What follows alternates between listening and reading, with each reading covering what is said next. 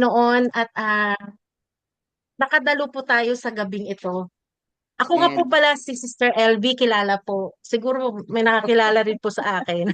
oo naman po. Ako, opo, ako po yung naatasan sa gabing ito na mag-share ng banal na salita ng ating Panginoon. Pero Mm. bago po ang lahat ay manalangin po muna tayo. Hallelujah, Lord. Hallelujah. O aming Diyos, aming Ama, maraming salamat sa pagkakataon na kami po ay makapag-aral muli na iyong mga salita. Salamat po sa privilege na makabahagi at makapagturo sa gabing ito. Inaamin ko po na kung wala ka ay hindi ko po ito magagawa. Dalangin ko po ang iyong paggabay at pangunahan niyo po ako upang akin pong maibahagi ng buong katotohanan at may kalinawan ang iyong mga salita. Pagpalain niyo po nawa ang aking mga kapatiran na nakikinig sa gabing ito. Pagkalooban niyo po ang bawat isa ng karunungan at kaunawaan at nawa may matutunan po kami upang mailapat namin sa aming mga buhay. Higit sa lahat, ikaw po Panginoong Diyos ang maitaas, madakila at maluwalhati sa gabing ito. Ama, sa iyo po namin pinagkakatiwala ang lahat. Sa iyo ang pinakamataas na papuri, pagdakila at pagsamba sa pangalan ng Panginoong Yeshua at pakikipisan ng banal na Espiritu. Amen. Amen. Amen. Hallelujah. Thank you, Lord. Ang title po ng aking i-share ngayon, syempre po, siguradong nababasa nyo, ang laki nga po ng pagkagawa. Prayer turn anxiousness into peace. At makikita po natin ito sa, wait lang po ha. Ayun. Ang ating scripture po ngayon ay sa book ng Philippians. Mga taga-Filipos, chapter 4, 6 to 7. Basahin po natin. Kaya nga mga kapatid kong minamahal at pinapanabikan, aking kagalakan at karangalan, magpakatatag kayo sa inyong pamumuhay na kaugnay sa Panginoon. Nakikiusap ako kina Eudia at Sintike na sila'y magkasundo na bilang magkapatid sa Panginoon. Ipinapakiusap ko rin po naman sa inyo, tapat kong kasama, na tulungan mo ang dalawang babaeng ito. Sila man ay kasama kong nagpagal sa pagpapalaganap ng magandang balita, kasama si Clemente at ang iba pang kamanggagawa ko. Ang pangalan nila ay nakasulat sa aklat ng buhay. Magalak kayo lagi sa Panginoon. Inuulit ko, magalak kayo. Ipadama ninyo sa lahat ang inyong kabutihang loob. Malapit nang dumating ang Panginoon. Huwag kayong mabalisa tungkol sa anumang bagay. Sa halip, hingin ninyo sa Diyos ang lahat ng inyong kailangan sa pamamagitan ng panalangin may pasasalamat. At ang kapayapaan ng Diyos na hindi kayang maunawaan ng tao ang siyang mag-iingat sa inyong puso at pag-iisip dahil sa inyong pakikipag-isa kay Kristo Jesus. Amen. Ang ating scripture focus po ngayon ay sa mga taga-Filipos chapter 4, 6 to 7. Sabi po dito, ang verse na ito, karamihan po sa atin ay kabisado na po ito. Naging favorite verse na din po siguro natin ito. At alam ko na naisa puso na ito ng karamihan sa atin dahil naging parte na po ito ng ating mga pamumuhay. Mababasa natin na ang mga verses na ito ay kasama sa mga tagubili ni Pablo sa pagtatapos ng kanyang liham sa mga taga-Filipos. Muli basahin po natin ang verse 6 to 7 sa Tagalog po. Huwag kayong mabalisa tungkol sa anumang bagay. Sa halip, hingin ninyo sa Diyos ang lahat ng inyong kailangan sa pamamagitan ng panalangin may pasasalamat. At ang kapayapaan ng Diyos um, na hindi kayang maunawaan ng tao ang siyang mag-iingat sa inyong puso at pag-iisip dahil sa inyong pakikipag-isa kay Kristo Jesus. Sa English version po, sabi po dito, do not be anxious about anything, but in everything by prayer and supplication, with thanksgiving, let your requests be made known to God, and the peace of God, which surpasses all understanding, will guard your hearts and your minds in Christ Jesus. Makikita natin na ang verses na ito ay nagbibigay sa atin ng katiyakan sa harap ng mga pagsubok at alalahanin sa buhay. Sinulat ito ni Apostol Pablo bilang bahagi ng kanyang sulat sa mga taga-Filipos habang siya ay nasa bilangguan. Sa kabila ng kanyang sitwasyon, pinaaalahanan niya ang mga mananampalataya na huwag mag-alala, kundi ilapit ang lahat ng bagay sa Diyos sa pamamagitan ng panalangin at pasasalamat. Ang mga talatang ito ay nagdadala ng mensahe ng kapayapaan na nagmumula sa tiwala sa Diyos, anuman ang ating pinagdadaanan. Hinahamon tayo nito na palitan ang pagkabahala ng pananampalataya, sapagkat ang kapayapaan ng Diyos na hindi kayang unawain ng isipan, ang siyang mag-iingat sa ating puso at isipan kay Kristo Jesus. Bilang tao, maging mga Kristiyano, tayong lahat ay dumadaan sa kaguluhan, problema, takot, pangamba, pag-aalala o pagkabalisa. Tulad po ngayon po, ang pagsasalita ko upang maibahagi po ang salita ng Diyos sa bawat isa sa inyo, hindi po maipagkaila ang kaba at pag-aalala. Wala pong exempted nito sa tao. Anxiety and fear are very common. Many of us live in it every day.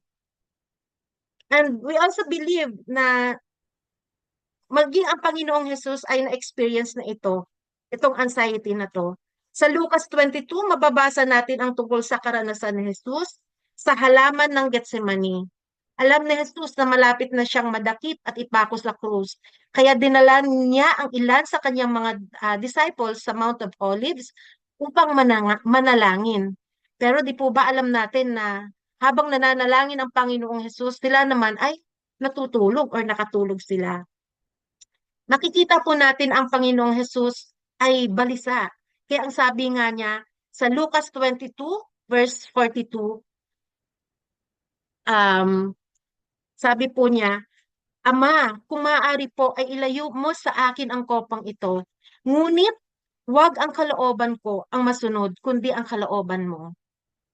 At sa verse 44 naman ng Lucas 22, dala ng matinding hinagpis, siya'y nanalangin ng lalong taimtim at pumatak sa lupa ang kanyang pawis na parang malalaking patak ng dugo.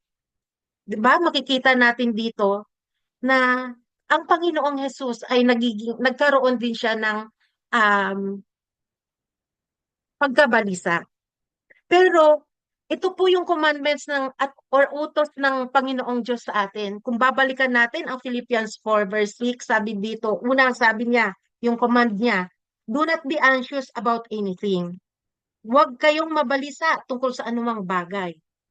Sabi po sa uh, do not be anxious about anything. Sabi nga po, the linguistic or cultural and historical origins of the word anxiety comes from Latin anxious, meaning distress or trouble.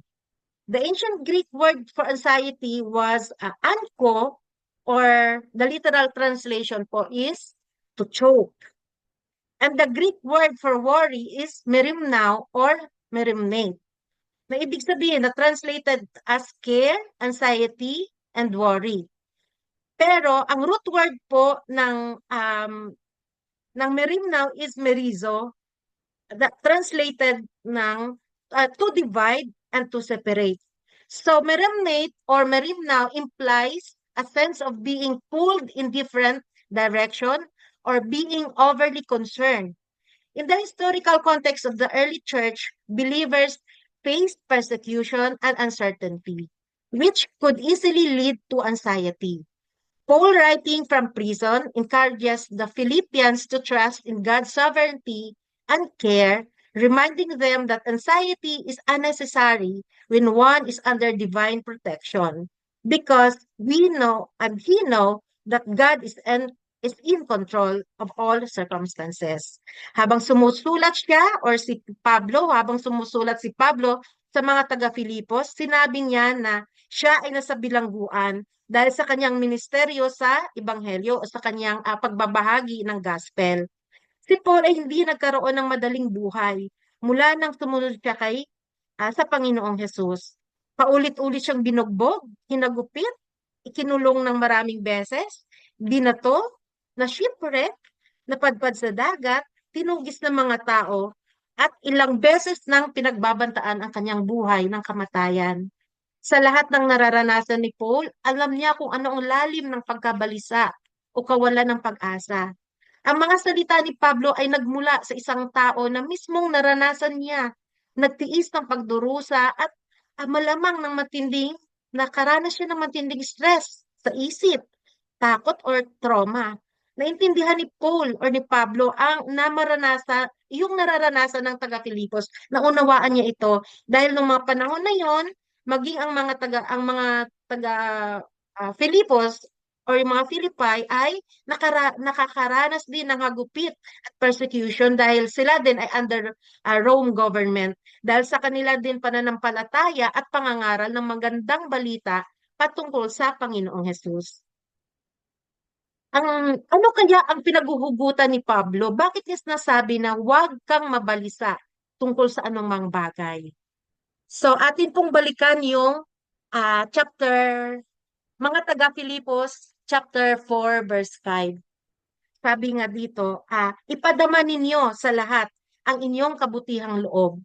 Malapit nang dumating ang Panginoon. Alam ni Pablo na ang Panginoong Hesus ang kanyang pag-asa sa lahat ng kanyang pinagdadaanan. Alam niya na muli silang babalikan ng Panginoong Hesus. Sabi sa mga taga-Filipos 3:20, subalit sa kabilang dako, tayo ay mga mamamayan ng langit. Doon nagmumula ang tagapagligtas na hinihintay natin ng may pananabik, ang Panginoong Hesukristo. At sa mga taga-Filipos 3, verse 10 to 11, sabi po dito, ang tanging hangarin ko ngayon ay lubusang makilala si Kristo, maranasan ang kapangyarihan ng kanyang muling pagkabuhay, makibahagi sa kanyang mga paghihirap, maging katulad niya sa kanyang kamatayan, upang ako man ay muling buhayin mula sa mga patay. Alam ni Pablo na ang lahat na pinagdadaanan nila ay may katapusan at sila ay ililigtas ng kanilang Mesaya, ang Panginoong Hesus, mula sa kanilang sitwasyon sa panahon na yon. Meron silang pag-asa dahil alam nila na muling mabuhay at muling babalik ang Panginoong Hesus. Tayo din na mga mananampalataya sa mga panahong ito, mananampalataya ng Panginoong Hesus. Lahat tayo ay inutusan na huwag mabahala sa anumang bagay. Alam ng Diyos na lahat tayo ay nakakaranas ng pagkabahala, pagkabalisa dahil sa mga pagsubok o problema sa buhay. Salamat sa Diyos, binigyan tayo ng pag-asa na babalikan at iligtas niya tayo dahil sa ating kikipag-isa sa Panginoong Hesus. Sabi nga po sa mga Hebreo 9, verse 28, gayon din naman si Kristo ay minsang inihandog upang pawiin ang mga kasalanan ng mga tao. Siya'y muling darating, hindi upang muling ihandog dahil sa kasalanan, kundi upang iligtas ang mga naghihintay sa Kanya. Di po ba lahat tayo ay naghihintay ng muling pagbabalik ng ating Panginoon? Amen. Ano ang magiging dulot ng worry sa atin? Madami po ang hindi magandang dulot nito sa atin. Yung worry, yung pag-aalala, di ba? Yung anxiety, talagang meron po talagang hindi magandang dulot nito sa atin. Ito po yung mga ilang epekto ng worry sa atin. Una po, worry affects a person physically.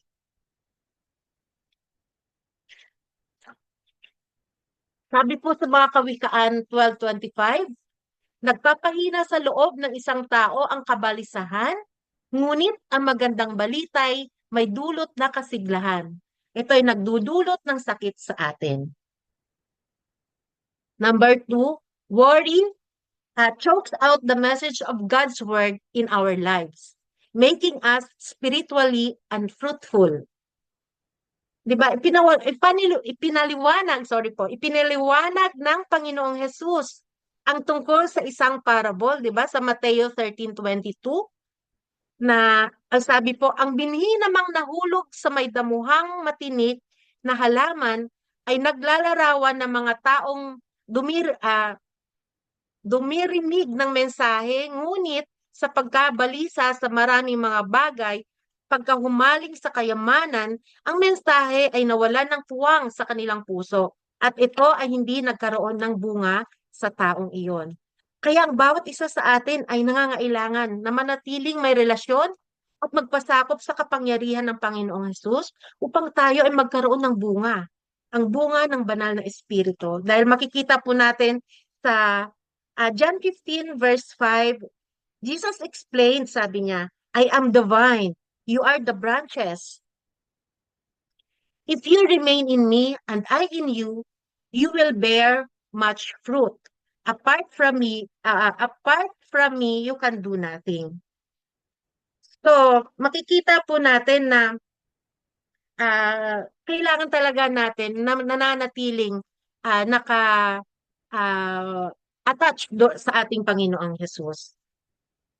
At number 3, worry produces a complaining spirit and a distraction from devotion to Jesus.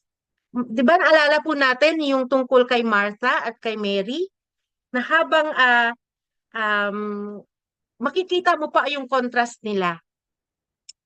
Si Mary po was at Jesus' feet listening to him. And we see a picture of devotion there. Yet Martha was stressed out. Di ba? Busy doon si Martha eh. And Jesus lovingly admonished her, kinausap siya at sabi niya that she was anxious and troubled about many things. Kasi makikita natin si Martha noong ang Panginoong Jesus ay nagpapahayag ng salita ng Diyos, hindi siya nakikinig. Nandoon siya na busy siya sa ibang bagay. At ang number 4, worry is having a divided mind. Meaning po, it leads to have a divided mind. Focus more on the situation rather than God. Diba, kung babalikan po natin kanina yung tungkol dun sa salitang worry, na in Greek word is merimnao, it stresses the action and the effects of worry. Worry simply means to divide or distract. It's becoming so preoccupied with the temporal things of life that you actually lose proper focus of God. Kaya talaga ano siya, nagdi-divide talaga. Ibig sabihin po, kung tayo ay nagwo-worry, kumbaga nade-defocus po tayo. Instead sa Panginoon, tayo mag-focus, doon tayo nagfo-focus sa ibang bagay o doon sa ating problema. Diba? Sabi nga po ni Pablo, sabi niya sa unang sinabi niya, utos ng Panginoon, do not be anxious, sabi niya.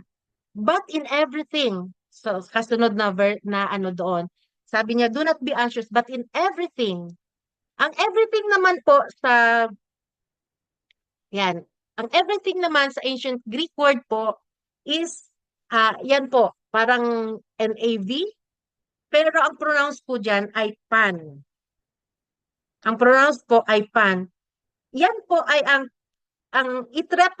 yung pan, it represents the concepts of totality, yung kabuuan, encompassing all things or the entirely of the existence.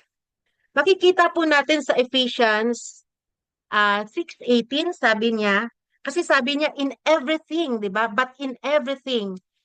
Ephesians 6:18 sabi dito, praying at all times in the Spirit with sabi niya, with all prayer and supplication.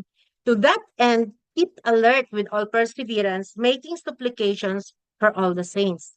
Sabi po dito sa 1 Peter 5:7, casting all your anxieties on Him because He cares for you.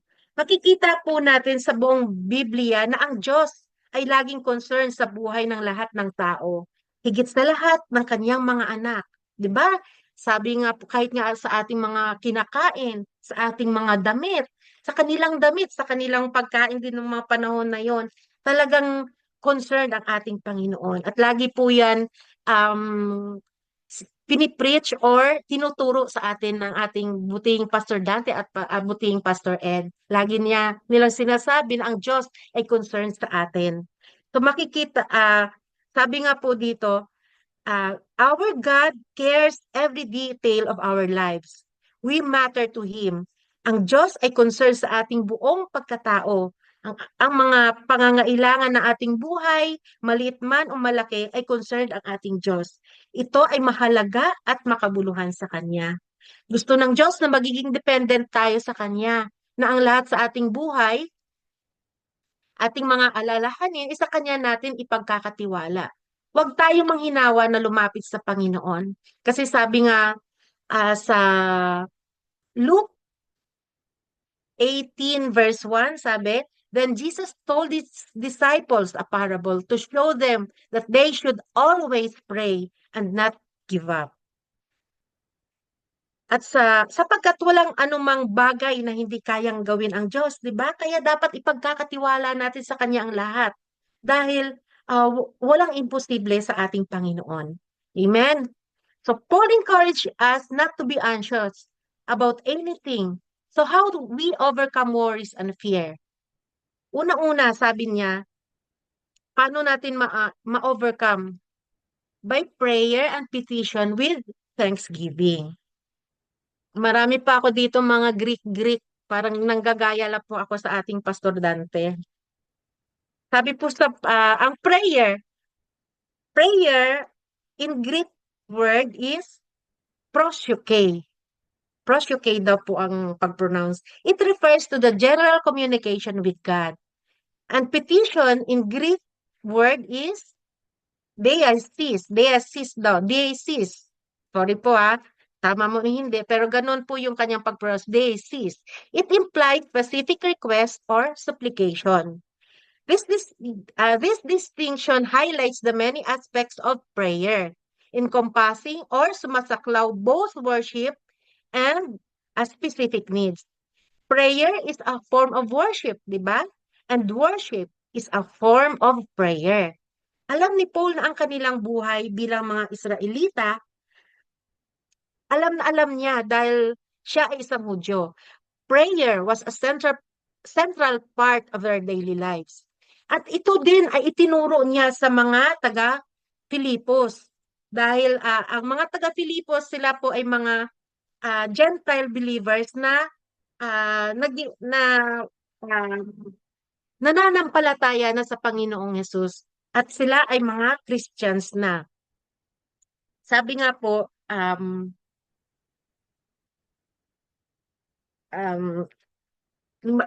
si Pablo ay in-emphasize niya ang importance of prayer sa buhay ng mga mananampalataya. It encouraged believers to approach God with both reverence and honesty, bringing all concerns before Him. Sabi nga po doon sa mga taga-Filipos,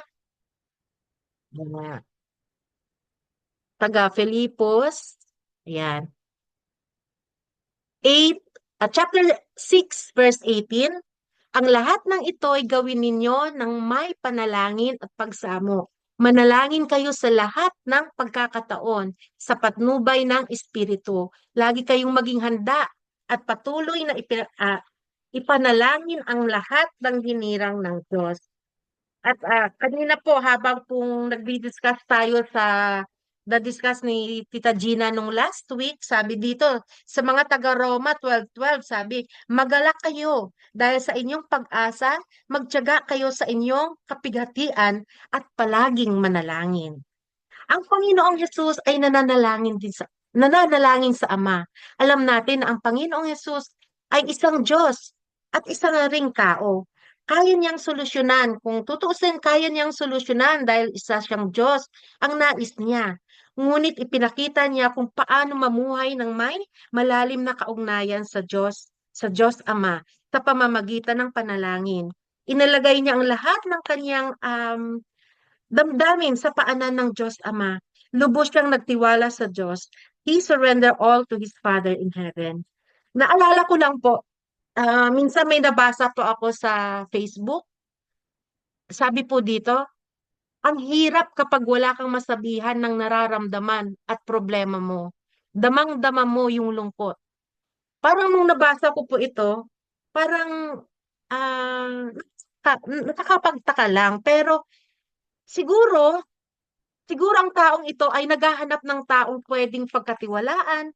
Ngunit kasi ang katotohanan po, ang buhay talaga mahirap po talaga magtiwala sa tao. Wala pong masama kung tayo ay magkwento o magsumbong tungkol sa kabigatan ng ating buhay, lalo na kung ito ay ating mga BFF, di ba? Kapatiran, sa ating pamilya, na pwede nating pagkatiwalaan upang mais ang dala-dala nating problema o alalahanin.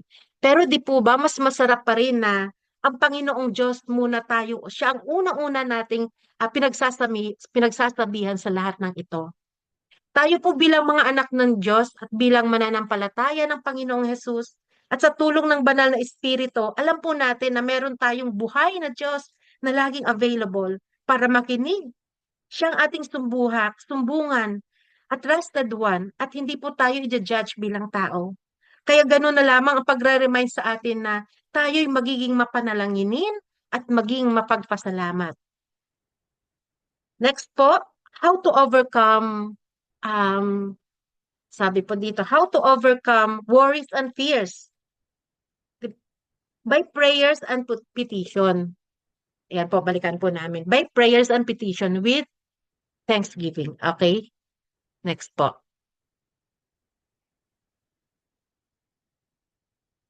So, ayan po. And we are commanded to pray and give thanks. Sabi po sa mga taga Thessalonica 5:18, sabi po dito, magpasalamat kayo sa Diyos sa lahat ng pagkakataon sapagkat ito ang kalooban ng Diyos para sa inyong pakikipag-isa kay Kristo Jesus. At sa Ephesians 5:20, giving thanks always and for everything to God the Father in the name of our Lord Jesus Christ. May kulang po, sorry po. Pero sabi po dito, Ephesians 5:20, ulitin ko lang po, giving thanks always and for everything to God the Father in the name of our Lord Jesus Christ. Hindi po ibig sabihin na tayo ay nagpapasalamat sa Diyos dahil tayo may sakit o may sakit ang ating mahal sa buhay. Magpasalamat ba tayo dahil tayo namatayan, may problema, o dahil may mga pinagdadaanan tayo na di maganda? Kaya po tayo nagpapasalamat dahil alam natin na ang Diyos ay sovereign. He is all-knowing. May magagawa ang Diyos. Alam niya kung ano ang nakakabuti sa atin. Higit sa lahat, kasama natin siya sa lahat ng sitwasyon ng ating buhay. Mahal niya tayo. He sustains us and give us strength to endure.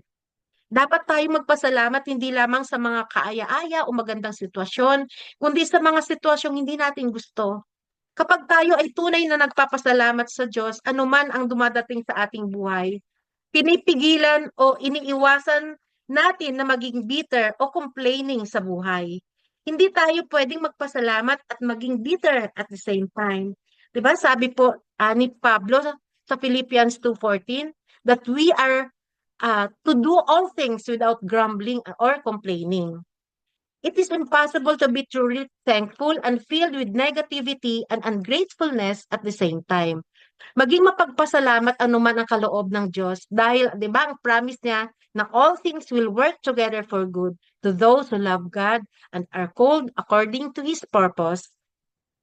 Sa Romans 8:28 po ito.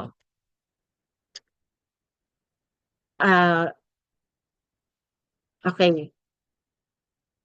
Reasons why a grateful heart is so powerful. Una-una po, unang reason po na ang grateful heart is so powerful because to give honor to our God. We acknowledge that God is God. In 1 Chronicles 29, verse 12 to 13, both riches and honor come to you, and you rule over all. In your hand are power and might, and in your hand it is to make great and to give strength to all. And now we thank you, O our God, and praise your glorious name. Amen. Next reason po, it takes our eyes off of oneself. Meaning, tayo po ay nade-defocus. Kaya huwag tayo mag-focus sa ating sarili o sa ating mga problema, kundi mag-focus tayo sa ating Panginoong Jesus, sa ating Panginoong Diyos lamang. The opposite of thankful is ungrateful, unappreciative, critical, or greedy. A thankful heart by nature points us away from ourselves and towards point towards the giver. And as believers, we know that the giver of all things is the Lord Himself. Diba? Sabi nga sa Santiago chapter 1 verse 17, ang lahat ng mabuti at ganap na kaloob ay buhat sa Diyos. Mula sa Ama na lumikha ng mga tanglaw sa kalangitan, hindi siya nagbabago o nagpapakita ng bahagyamang pagbabago. That's a powerful truth we all need. Gratitude is powerful because by pulling our attention away from ourselves, sa ating sarili, and focusing our eyes on God, we're reminded that God is with us and that He is good. Our Lord Jesus Christ is the one who humbled Himself to death on a cross for us. Sabi nga sa mga taga Filipos 2,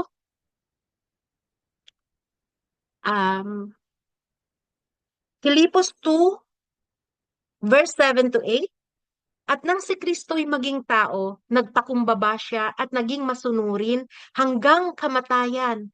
Maging ito man ay kamatayan sa krus. This is something we can always be grateful. Diba?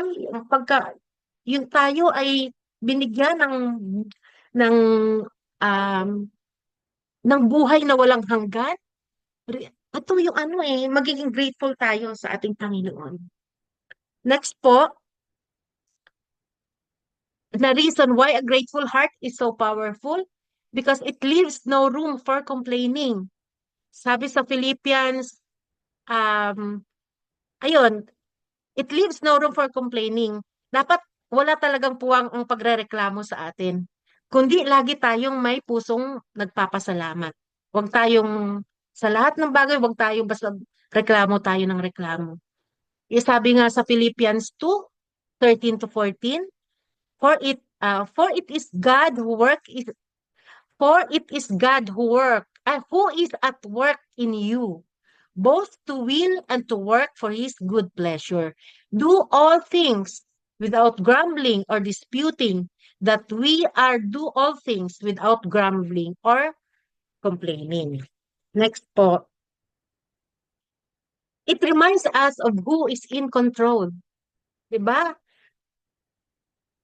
In Deuteronomy 31 verse 8, it is the Lord who goes before you. He will be with you. He will not leave you or forsake you. Do not fear or be dismayed. So makikita po talaga natin that God is in control of everything. God is well aware of all that is happening, all that has happened, and all that will happen according to His wisdom, His love, and His plan. We do not need to fear when we have God in control of our future. We serve a mighty God. Having a grateful heart it keeps us humble. It reminds us that God is in control and that we are completely dependent on God. Gratitude points us towards our need and towards the one who lovingly holds control. Next po, a grateful heart is so powerful and it draws us near to God. Sabi sa Psalm 22, verse 3, God lives in the place of praise. God inhabits the praises of His people. Kulang anak. Sorry po. Psalm 22, verse 3, God inhabits the praises of His people. God lives in the place of praise. Psalm 100, verse 4, enter His gates with thanksgiving and His courts with praise. And Psalm 95, verse 2, let us come into His presence with thanksgiving. Thanksgiving usher us into the very presence of God. A grateful heart is a step closer to the throne of grace. So next po, how do we overcome worries and fear? Diba? Yung una po, by prayer and petition with thanksgiving. Next is present your request to God. The word present in Greek word is norizo. Norizo means to make known or declare. It implies an intentional act or bringing one's needs before God, trusting in His willingness to listen and to respond. Paul assures the Philippians that God is personal and attentive. This phrase encourages believers to confidently and openly communicate with God, assured of His love and care. Paul's advice to us is to turn our worries into prayers. Take our struggles, our desires, our wishes, our anxiousness, our uh, our anxious thoughts to Him and surrender it all and trust that He works for our good in His timing. Once you pray, let it go. Trust that it is in God's hand. Sabi, di ba sa First Peter 5:7, ipagkatiwala ninyo sa Kanya ang inyong mga alalahanin sa buhay sapagkat siya ay nagmamalasakit sa inyo. Sa Psalm 55 verse 17, evening and morning and at noon, I utter my complaint and moan, and He hears my voice. Just present your request to God. Take what you need before the throne of God. Yes, He already know it. Sabi sa Mateo 6:8, sabi niya, ah, alam na ng inyong ama na nasa langit ang inyong kailangan bago pa ninyo ito hingin sa Kanya. Sa Isaiah 65 verse 24, ang dalangin nila kahit hindi pa tapos ay aking diringgin at ibibigay ko ang kanilang hinihiling. Taking our request to God shows humility and submit our will to His will. Amen. So if we obey this command, do not be anxious about anything, but in everything by prayer and supplication with thanksgiving, let your request be made known to God. Pag ito po ay ating sinunod, yung command niya na do not be anxious about anything. At ang lahat na ito ay um, by prayer and supplication with thanksgiving, let your request be made known to God. Kung atin itong susundin, God blessing will come. We receive the promise of God if we obey His commandments. At ano po yung blessing na ito? Ito yung promise ni God sa atin. Dito po sa scripture na ito, sa Philippians 4:6 to 7, or sa Philippians 4 verse 6, ito po yung promise ni Lord kung i-obey natin yung command niya. And the peace of God, which transcends or surpasses all understanding, will guard your hearts and your minds in Christ Jesus. So paano po natin mararanasan ang tunay na kapayapaan sa gitna ng problema, ng chaos ng mundong ito, ng chaos ng buhay? Paano ito natin mararanasan ang tunay na peace? Sinulat po ito ni Pablo sa mga taga-Filipos upang ipagunita o ipaalam na ang kanilang pakikipag-isa kay Kristo Jesus ay kaloob ng Diyos na tinanggap nila sa pamamagitan ng pananampalataya at hindi pagganap ng mga seremonyang kautusan. Tayo po, tayo bilang mga mananampalataya, nakipag-isa tayo sa Panginoong Jesus. Ibang klaseng kapayapaan ang ipinagkaloob sa atin. Di ito tulad ng kapayapaan na nagmumula sa mundo. Ang kapayapaan na tinanggap ng isang Kristiyano or mananampalataya ay dahil sa mayamang biyaya ng Diyos at hindi ito kayang arukin ng tao. Dahil sa gitna man tayo ng chaos or uncertainties ng buhay, there is calmness and joy within us. Habang tayo ay nasa mundo, hindi mawawala ang kapighatian at kabalisahan. Problema, talagang nandyan yan sa atin. Hindi talaga siya mawawala.